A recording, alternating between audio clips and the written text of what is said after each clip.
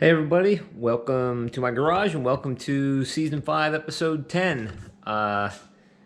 We will take a little trip out in the line here in a minute. I'm still eking out a couple critters, not a bunch, but I'm still catching a couple things. So right now, today is the 10th of January and I'm bagging up fur. They're doing a pickup tomorrow and I'll be down at Altoona dropping off furs. It's pretty much similar to NAFA doing FHA because that's what we got. And pretty much fill out tag. There's a small tag and a large tag. Small tag goes inside the bag. Big tag gets strapped to the outside. And pretty much all fur out critters go in one bag, and then hide out critters go in another. So my few coyotes that I got and my foxes, they're going to go into this bag. And I already got my raccoons shoved into this bag and a couple skunks in there too. So I'm going to get my foxes and coyotes in this bag, and then get my tags on them, and then I'll be down there tomorrow night at 7 o'clock. So maybe I'll see some of you guys there. Who knows? And then once we get back from the line, checking some sets, and I'm going to come back here and answer a couple. Well, one main question. The guy had a question about the old style Victor number 2s, whether or not to hold coyote, and wanted to see some modifications done to them. So we'll come back and then check that stuff out. So let's go out in the line. And oh yeah, I caught another deer. So if you want to see a deer release from a cable restraint, stick around because it's coming up. So all right, let's go check some traps. It's a rainy, dreary day out, but out checking my cable restraints, and I seem to have red fox number 9 over here. Looks like a good size red too, and I caught it in a cable restraint that I had set for coyote. I have one that I have set here for fox, right on this trail right here, little trail. I got a small loop here. I got a real good neck catch on that bugger too. A lot of times when you catch a fox in a coyote cable, they're hip catches because the loop's real big and they half jump through there. But nice looking red. I am definitely going to come back over here, and I don't know if you can see the trail right where he's at, right behind him right now. You can see that there's a trail continuing on there. I'm going to reset at least 1 or 2 more cables over there. Nice size red. That's number 9. So, and I've caught most of my reds on rainy, nasty nights. So, all right, we're going to get this critter dispatched and keep moving on. Well, right down here is where I caught my red fox yesterday. It turned out it was the biggest red fox I've ever caught. That thing was huge. And I still got my fox cable right here on this trail. And I'm gonna put another coyote cable up past where I caught this red fox. And I don't know if you can get a good view of like that cat circle. It's probably 12 feet, at least 10 feet in diameter. I mean, my cable is 5 foot long, but all tore up. So that'll probably be an attract in itself. So I'm gonna go just up this trail a little farther and drop another cable. I mean, this trail just continues right up through here. Narrows down right up here really well. That's probably where I'm gonna stick my cable, right up here. Actually, right here is not a bad choice either. Then I can have that area. If I make another catch here, I can jump up there farther, really. So I'm going to drop a cable right here. Well, there's my finished product. I'm about 8 inches off the ground with the bottom of my loop. My loop's about maybe 9 or 10 inches. Hopefully it's hard to see. That baby's really camoed in there nicely, so we'll wait and see. Hopefully, I like to catch coyote in here, really. That's where the money's at, I guess. Cable restraints are easy to set and easy to maintain in the winter time. So, and I got plenty of trail here to continue up if I make another catch here. So hopefully we'll have another critter in here in a week or so. Well, I caught another deer in a cable restraint. Of course, I think, well, she's not that exhausted. I got to get something over top of her head to calm her down.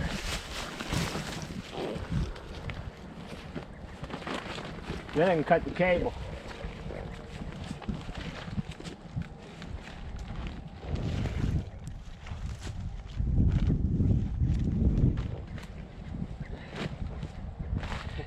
I'll probably eat my words, but usually when you cover their eyes up, they calm down. Not usually. This is only the second time I've done this, covering their eyes.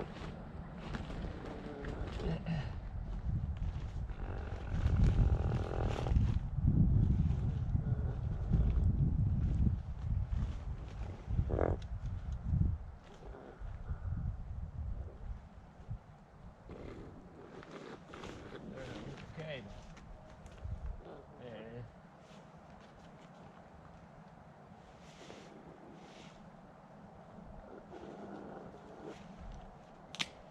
All right, the cable's cut.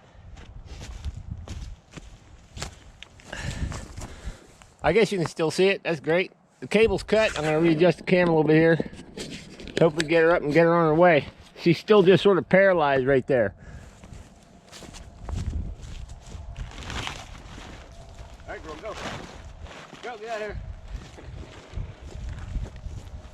You're free. There she goes. Good to go. There she goes. She's still standing right down there.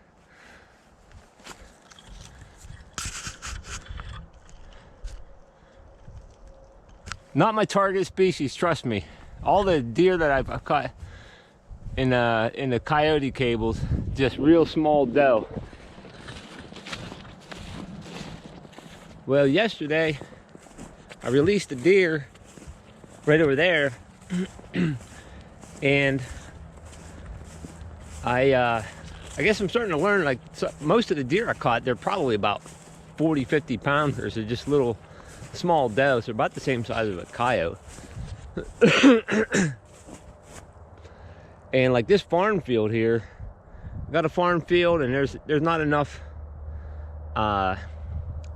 stuff to make cable restraint sets in this field.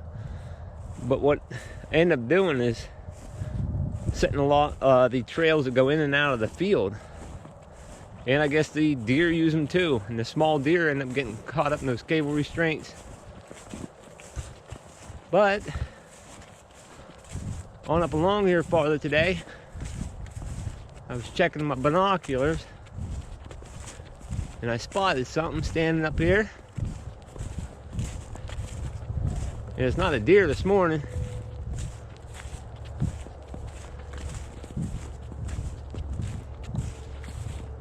Another red fox in a cable restraint. Now what I don't remember was whether I had this set up for coyote or for fox. Got a cool looking cat circle here. Got a real nice neck catch on them. And basically what I have to do here is, I'm gonna see if I can find another trail here that I didn't have set. I know this was the last place I had set. Right here is almost a trail right here. I mean, it's not almost, it is a trail, but it's just been, the goldenrod has been smashed down. So basically what I do is I come along to a place like this. If it's smashed down, I'll reopen the thing back up, and I'll set a cable right along the edge here. And we still got to watch out, we can't have any entanglements and stuff like that. So this red fox, I got a real nice neck catch on it. And one of the hardest things to do with my catch pole, I had a bunch of questions about my catch pole, is trying to get one in the catch pole in a cable restraint. So I'm going to try something, putting a stake in the ground, and see if I can retangle him up so I can get a hold of him really well. Oh, it's a really pretty looking red. All right, I'm going to get this guy taken care of and go finish checking my traps. Well, now that I've dispatched this fox, I found out it was a coyote cable I had it set for. The last two red fox I've caught in coyote cables, which are, I have the loops at about maybe 8 to 9 inches, and I'm catching red fox in them. And this worked really effectively. I stuck a little stake in the ground. He ended up wrapping himself around the stake, and I was able to get a hold of him. So this works really well if you're trying to get a hold of a fox in a cable restraint or whatever. put some stake in the ground where they can wrap themselves up. Then you can get a hold of them, release them, dispatch them, whatever. But I'm starting to wonder, because this is my 1x19 cable. I know I had it set for a coyote now. I'm starting to wonder if I have my loops too small on my fox cables. I don't know, but I don't know. I catch fox in my fox cables too, though. So some of this stuff is, I'm still trying to figure out. It can be confusing and frustrating, because I had a refusal this morning at a fox cable. I wish I should have taken my camera. I could have showed you the tracks. Basically, the track went right up to the cable, stopped, and turned around and left. And that was set. That was about maybe a 6-inch loop I had set on a trail for fox. So, but I'm not going to complain about the catch. I'm just trying to figure some of this stuff out a little better, though. So, all right, thanks for tuning in, and moving on down the line here. Well, some people, I've watched some of their videos, and they get frustrated with canine trapping, and I think it happens to all of us. But just showing you, like, I have sets right there. I caught a coyote earlier, but I haven't had any activity here. Now I've had some tracks coming by here. That's about it. Getting really close, but made no other catches. But I got a set there, and I got a set there, and a pair of fox tracks going right down the road, and didn't veer over. Didn't look at anything. I have some gusto over there to try to draw them in, but didn't even veer over or nothing. So sometimes they just don't want to come and look at your set at all. So it can get frustrating. Yes, it does, especially when you got snow on the ground. And I've seen tons of tracks. Had a refusal at a cable earlier this morning, and now I got this one just walking right by set. So, but I still caught a red fox this morning, so still good to be out here. Nice and cold. Little flurries coming down. Beautiful day. Beautiful day. Hey everybody, what is going on?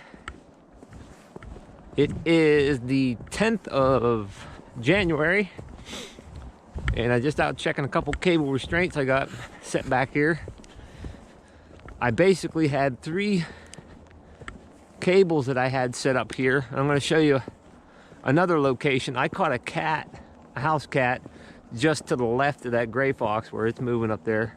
We'll get to that in a second, but I had a trail here coming down through this brush, and I had, now this is the same night, this just happened last night as well. I had actually a coyote cable set here, basically a bigger loop, about an 10-inch loop.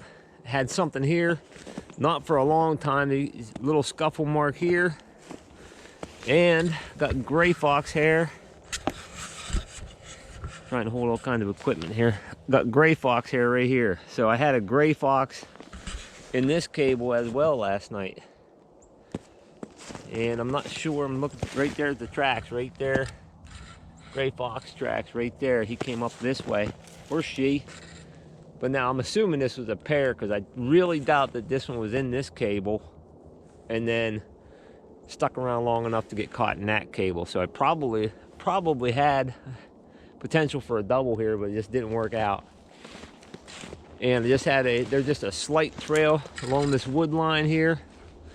I can see the tracks coming up here, and got a nice little gray fox here. Unfortunately, I got a hip catch on them. This was set for fox. The loop is pretty small. But now I'm going to show you a little tip here. Now, I dispatch with my dispatch pole. I've had a few questions on this thing. Absolutely love it. Works. It's super, super effective. The one problem I've run into is trying to get a hold of something in a cable restraint. You can see there's like at least 10-foot circle here.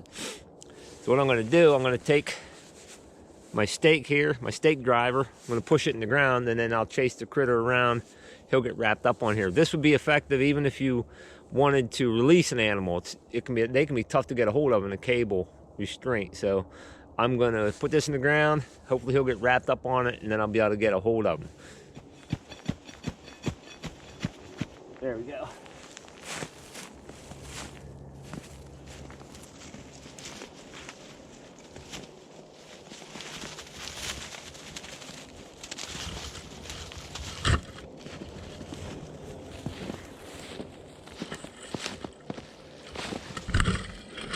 He's actually at the right here.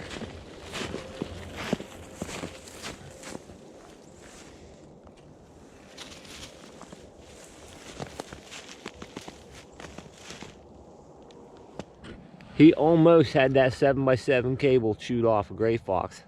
He almost had that shredded. So, like I said, unfortunately got a hip catch on it. Hopefully the fur isn't damaged too much. Awesome.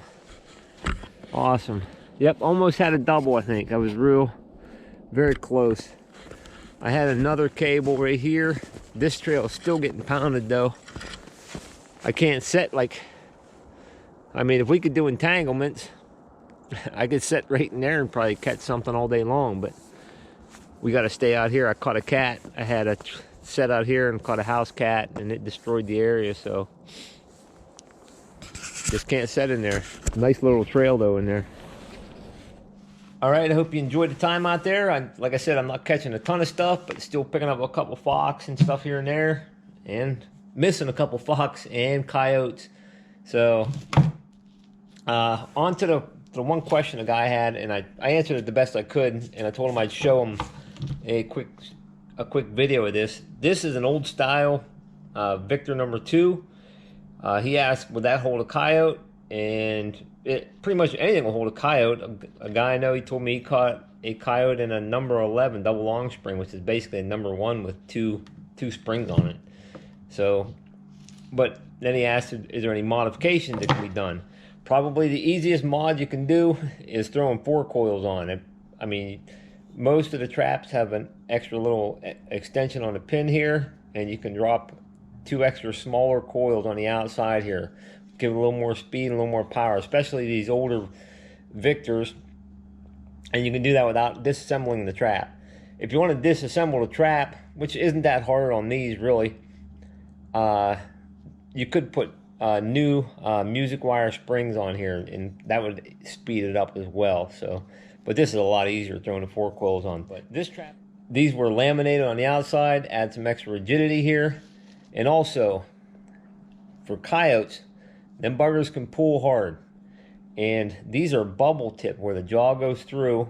There's little wee weld bubbles here, which would eliminate them from pulling that completely out of the base. If that gets pulled out of the base, they're gone. This trap is also base plated at the bottom. Basically, an extra plate was welded on here with a D-loop, and then the chain is center swiveled. So, and more than likely it's night latched. And basically night latching is just filing a little groove in here. And when you set it and drop that down, it makes a little clicking noise, and it's ready to fire. Boom. So pretty much that's the mods that were done to this one. 4 coiled, base plated, and laminated, and bubble tipped. Now this is one I did do. This is a Bridger 1.5. This thing would hold a coyote. I mean, now that it's modified, I threw 4 coils on the outside. It already had a night latch system that came with it, and I did not bubble tip it though, but I laminated the outsides and I base plated the bottom. And this is a little hunk of a trap really, so I don't set this for coyotes. I mean, I usually set it for fox but you can catch anything. They don't read the scripts, but if a coyote steps in here and gets his paw in there, I believe this trap would hold one. I've held them in Bridger 1 3/4. So hope that answers your question there, and I hope to have a good time dropping off my fur tomorrow. So if I see any of you guys down there, that'd be great. If not, we'll see you in the next video. All right, tight chains, man.